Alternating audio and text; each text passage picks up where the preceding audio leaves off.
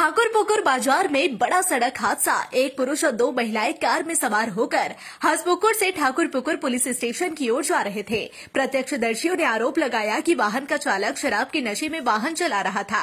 उन्होंने लगातार 10 से 12 कारों को टक्कर मारी और ठाकुरपुकुर बाजार में भारी भीड़ थी, इसलिए कई लोग इसकी चपेट में आ गए। उसमें से कई को गंभीर हालत में निजी अस्पतालों में ले जाया गया। ठाकुरपुकुर थाना पुलिस घटनास्थल पर पहुंची।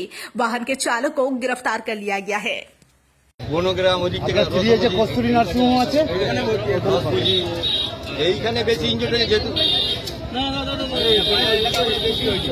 এইটা যেহেতু বাজার এলাকা বলে বেশি হয়েছে এবং গাড়ি স্কুটিটা যেহেতু চাকায় পড়ে গেছে নাহলে আরো মারতে মারতে যেত।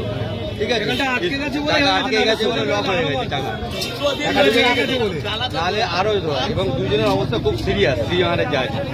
ঠিক আছে, আর এবং দুটো মহিলা ছিল, একটা জেন্টস ছিল। ঠিক আছে, জেন্টসটা চালাচ্ছিল এবং টোটালি 3 জন টিম। হ্যাঁ, একটা মহিলা পালিয়ে গেছে। একদিন দৌড়ে পালিয়ে গেছে,